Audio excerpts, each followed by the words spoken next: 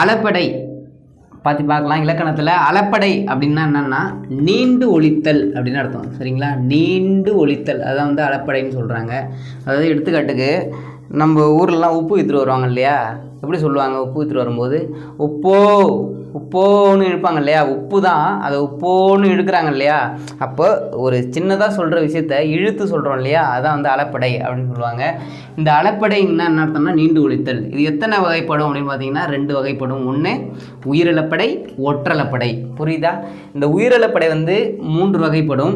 ஒன்று செய்யுள் சேலப்படை, இன்னி சேலப்படை, சொல்லி சேலப்படை. சரியா? அடுத்தது ஒற்றளப்படை. ஃபஸ்ட்டு ஒற்றளப்படை பற்றி சொல்லிடுறேன்.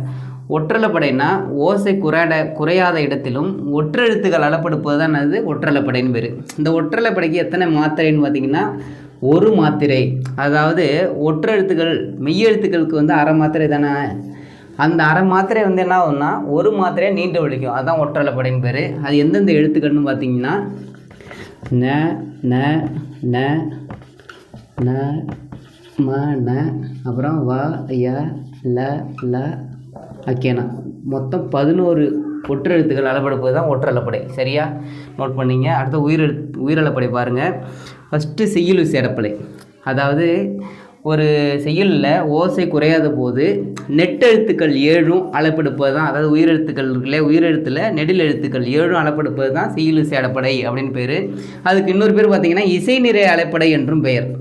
செய்யுள் சேலப்படைக்கு இன்னொரு பேர் என்னது? இசை நிறை அலைப்படை. ஓகேவா? அடுத்து பாருங்கள், இன்னி சேலப்படை அப்படின்னா என்னென்னா செய்யுளில் ஓசை குறையாத போது இனிய ஓசைக்காக அளப்பெடுப்பது, குரில் நெடிலாக மாறி அளப்பெடுப்பது தான் என்னது இன்னி சேலப்படை சொல்லுவாங்க. எடுத்துக்காட்டுக்கு ஒரு திருக்குறள், கெடுப்பதுவும் கெட்டாருக்கு சார்வாய் மற்றாங்கன்னு இருக்கும் இல்லையா, அப்போ தூ ஊன்னு வரும். அப்போ அதுதான் என்னது இன்னி சேலப்படை. அடுத்தது சொல்லி சேலப்படைன்னு என்னென்னா ஒரு பெயர் சொல் எச்ச சொல்லாக தெரிந்து அளவெடுப்பது தான் சொல்லி சேலப்படை அப்படின்னு சொல்கிறாங்க. இந்த உயிரிழப்படை எத்தனை மாத்திரைன்னு கேட்டிங்கன்னா 3 மாத்திரை. சரியா? இப்போது நெடில் எழுத்துன்னு பார்த்தீங்கன்னா 2 மாத்திரை இல்லையா, அது நீண்டு எக்ஸ்ட்ரா ஒரு மாத்திரையோட நீண்டு ஒழிக்குதா, அப்போ அளப்படைக்கு 3 மாத்திரைன்னு பேர். புரியுதா? ஒற்றளப்படைக்கு 1 மாத்திரை, உயிரிழப்படைக்கு 3 மாத்திரை. நோட் பண்ணிங்க, முக்கியமானது.